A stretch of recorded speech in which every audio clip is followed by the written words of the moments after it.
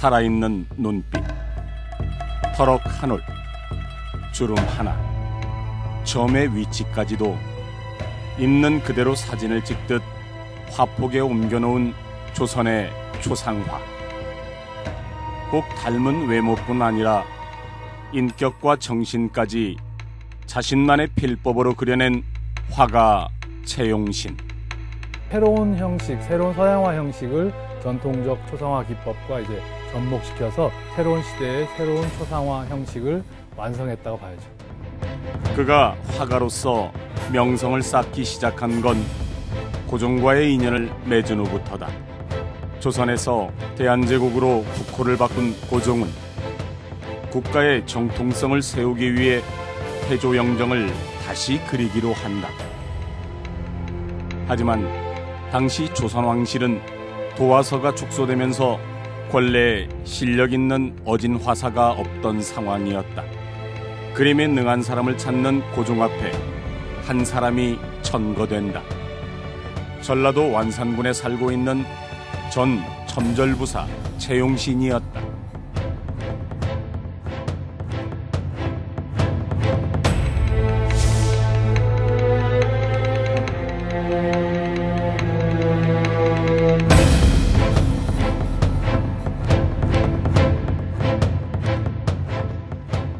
채용신이 어진 화사로 발탁이 된 것은 51살 때의 일입니다.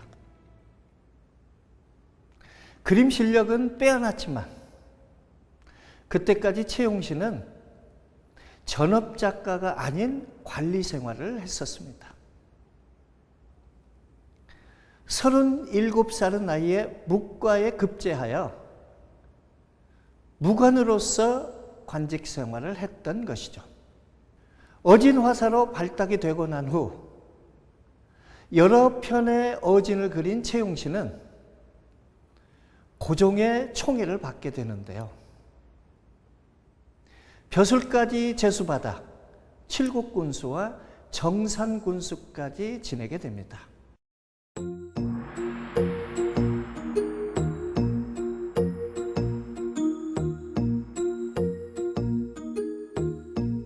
고종의 어진을 그리며 어진 화사로서의 명성을 쌓게 되는 채용신. 그는 극도의 사실주의를 추구하며 인물의 기질과 성격까지 붓끝으로 표현해내는데 그런 점이 가장 잘 드러난 작품이 바로 우국지사들의 초상화다. 1905년 을사늑약에 저항한 대표적인 의병장 면함 최익현의 초상화. 채용신이 정산군수로 재직하던 시절 최익현을 만나 그린 것이다.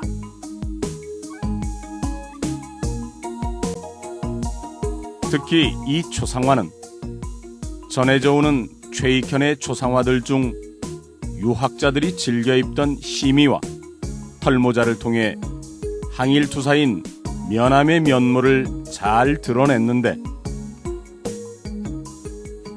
입술을 꾹 다물고 정면을 주시하고 있는 최익현의 얼굴에선 단호하고 강직한 성품이 그대로 전해진다. 최익현 초상화가 한 10여 점 전하는데 전부 관복 초상화예요. 그 사당 혹은 영당에 모신 사례로 많이 그렸는데 그걸 그리기 직전에 1905년 절명하셨을 때 바로 최익현을 기리면서 그린 초상화는 털모자를 쓴 의병장으로 면함 최익현의 초상화를 남긴 점, 이런 것들은 이제 채용신의 어떤 사회의식, 역사의식이나 민족의식을 이렇게 분명히 잘 드러낸 사례죠. 채용신이 활동하던 구한말은 일제 침략의 야욕이 극에 달한 시기였다. 당시 전국 곳곳에선 우국지사들이 의병을 모아 항일운동을 벌였는데 그러던 중 면함 최익현을 만나고 그의 투철한 애국정신에 감화받은 채용신은 나라 잃은 비통함을 그림으로 쏟아내는데 각지를 다니며 독립투사나 우국지사, 의병장들의 초상화를 그리기 시작한 것이다. 그는 항일정신의 혼이 담긴 초상화를 통해 조선인들에게 독립정신을 심어주고자 했다. 최용신 초상화는요, 가장 전성기 때가 제가 개인적으로 생각은 1910년대, 그러니까 한 60살에서 70살 때 초상화가 가장 좋았던 것 같아요. 그때의 초상화는 가장 완벽한 초상화를 만들었다. 모든 게 흠잡을 데가 없어요. 최익기 선생 상은 그 기록에도 나와 있어요. 직접 그 전라북도 이 지방에서 활동을 하면서 직접 만나서 외국지사들 많이 그리지 않습니까? 아마 다 만나보고 아마 그랬을 거예요. 그래서 아마 그런 높은 정신성이 같이 그림에 표현되지 않았을까 이 생각을 합니다. 최용신이 관직을 끝내고 낙향에 머물렀던 익산. 이곳에 우곡지사를 찾아다니며 초상화를 그렸던 최용신의 흔적이 남아있다.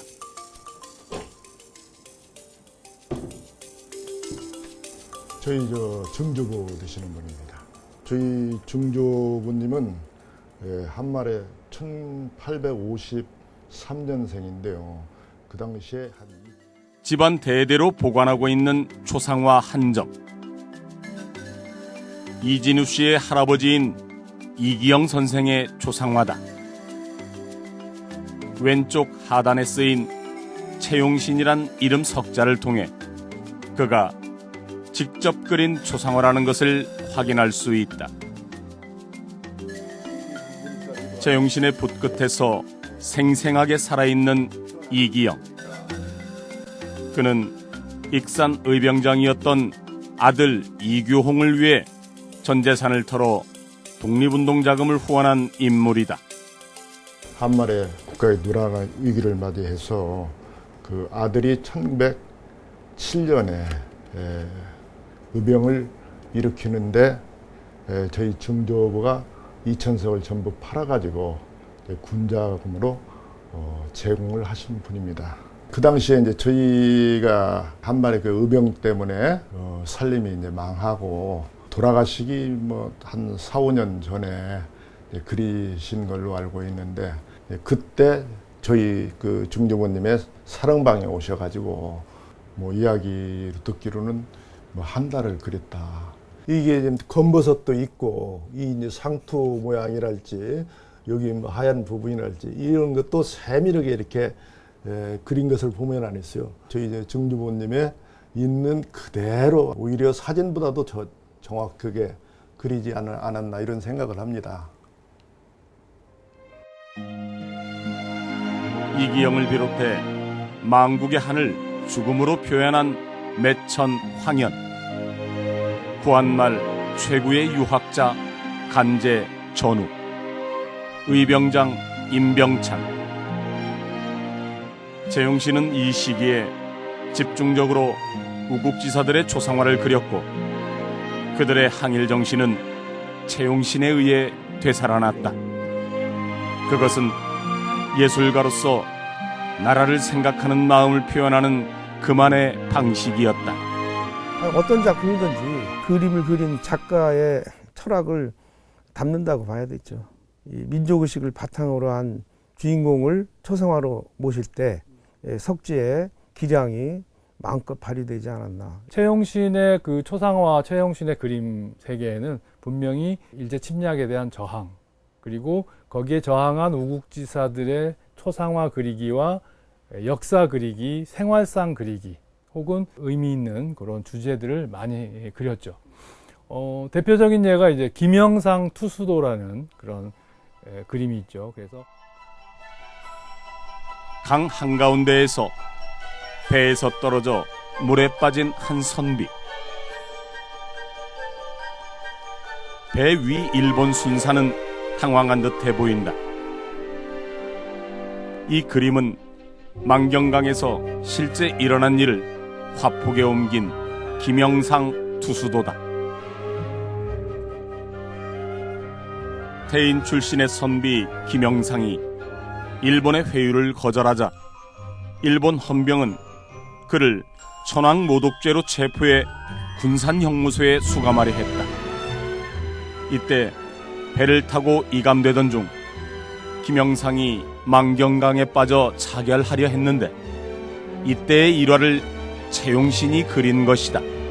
소재 자체가 역사적 내용을 배경으로 일제 저항을 소재로 했기 때문에 작품성은 사실 그렇게 탁월하다 볼 수는 없지만 작품에 담겨진 배경이 아주 소중해서 아주 귀중한 작품이죠.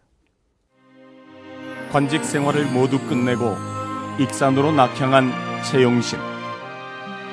이를 계기로 채용신의 화업은 중대한 변화를 맞이한다. 익산 금마에 금마삼방이라는 공방을 차리고 주문을 받아 초상화를 제작하는 직업화가로 전향한 것이다.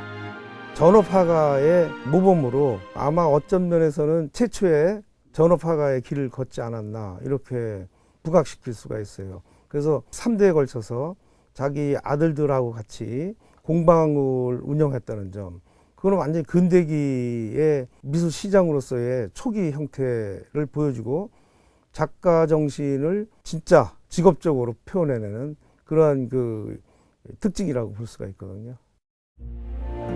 1923년 익산에서 정읍으로 이주한 채용신.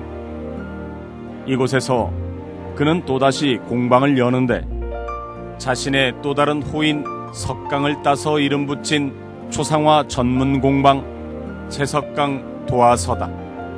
지금은 흔적이 남지 않은 채석강 도화서. 하지만 그 존재를 알 수 있는 기록물이 남아있다. 채석강 도화서에 광고를 실은 전단지다.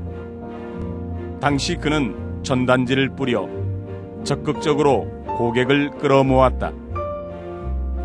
전단지엔 어진 화사였던 채용신의 화려한 경력을 소개한 건 물론 작품 가격도 적어 넣었다.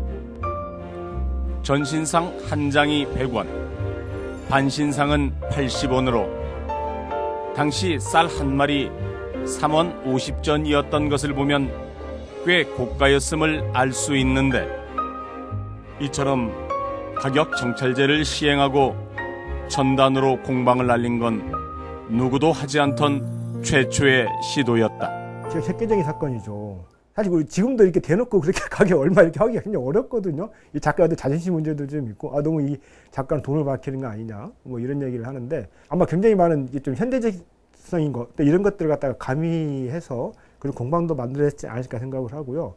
요새 말로 프로 군성, 작가 의식을 객관화시킨 거니까 상당히 선진성이 있는 거죠. 작가가 내 작품 뭐 전지는 얼마고 반전지는 얼마다, 오히려 공개적으로 정찰제 했다는 점은 상당히 앞서가는 그런 성구성이 있다고 봐집니다.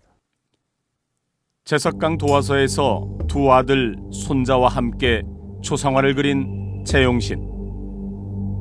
기존과 다른 새로운 작업 방식을 도입했는데 사진을 보고 초상화를 제작한 것이다. 당시 공방의 분위기는 구리의 운조로 유재양 가문의 일기를 통해 생생히 엿볼 수 있는데, 황촌 어른과 돌아가신 큰아버님 정환 어른의 사진 각 한 장을 주고 착수금으로 모두 50원을 주고 계약서를 만들었다.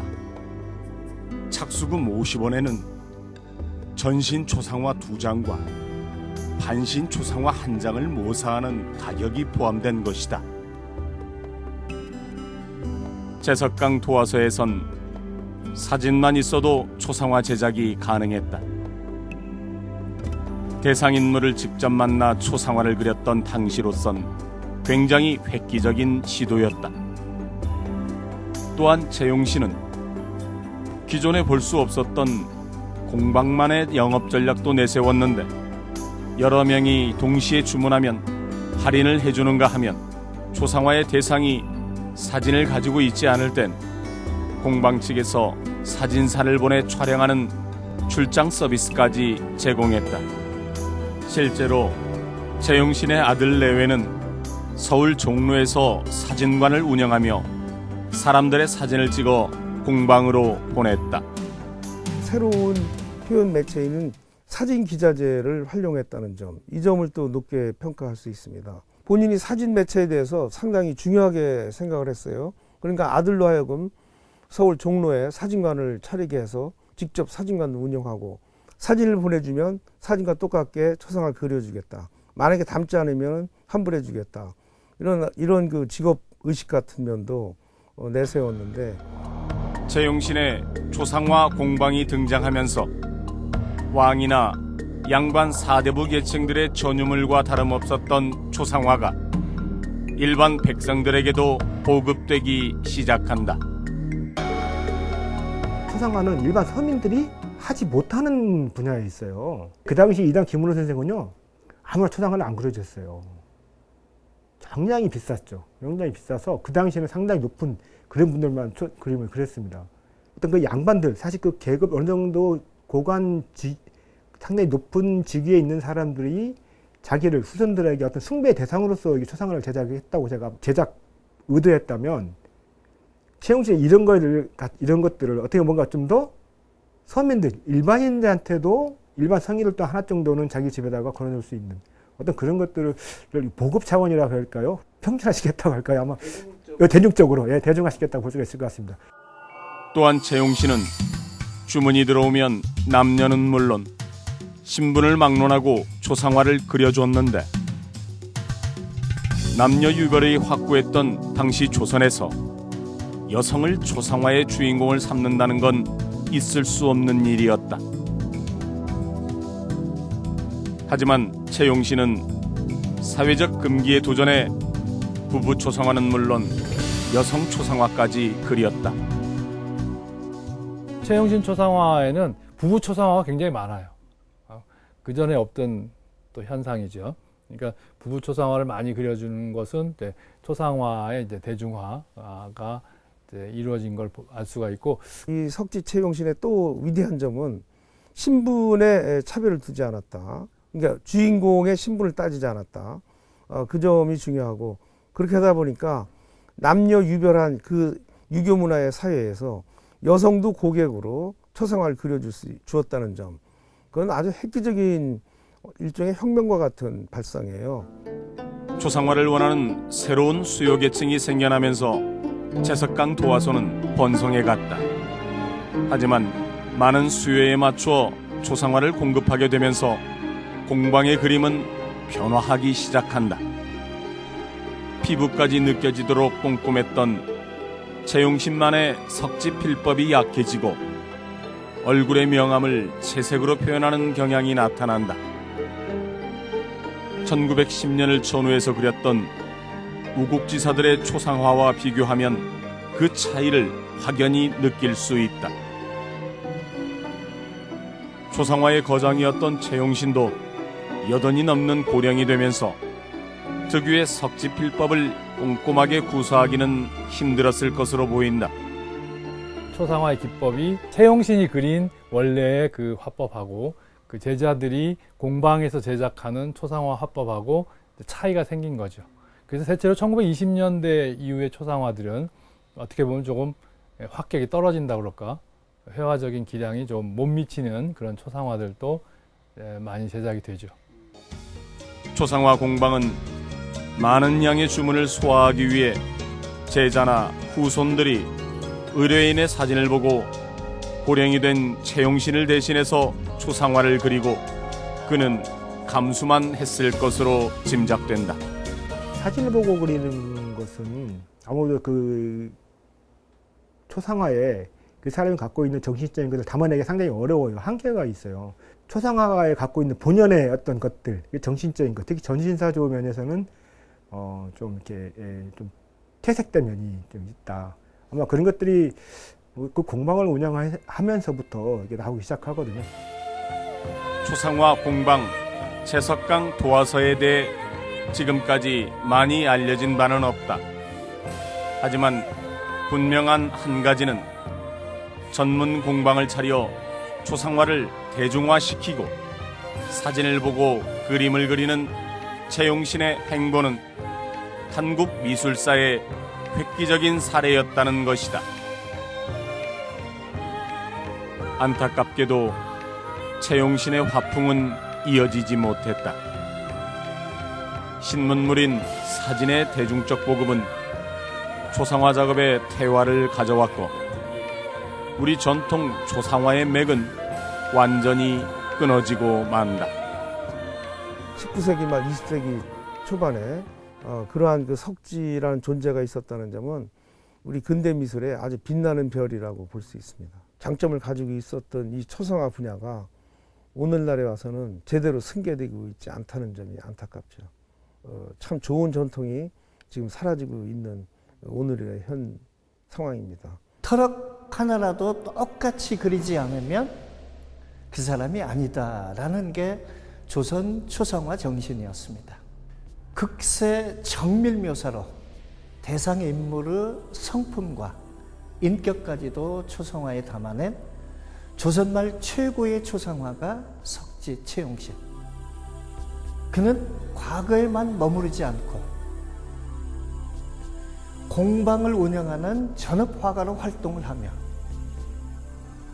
전단지에 초상화를 홍보하고 사진을 보며 초상화를 그려냈습니다.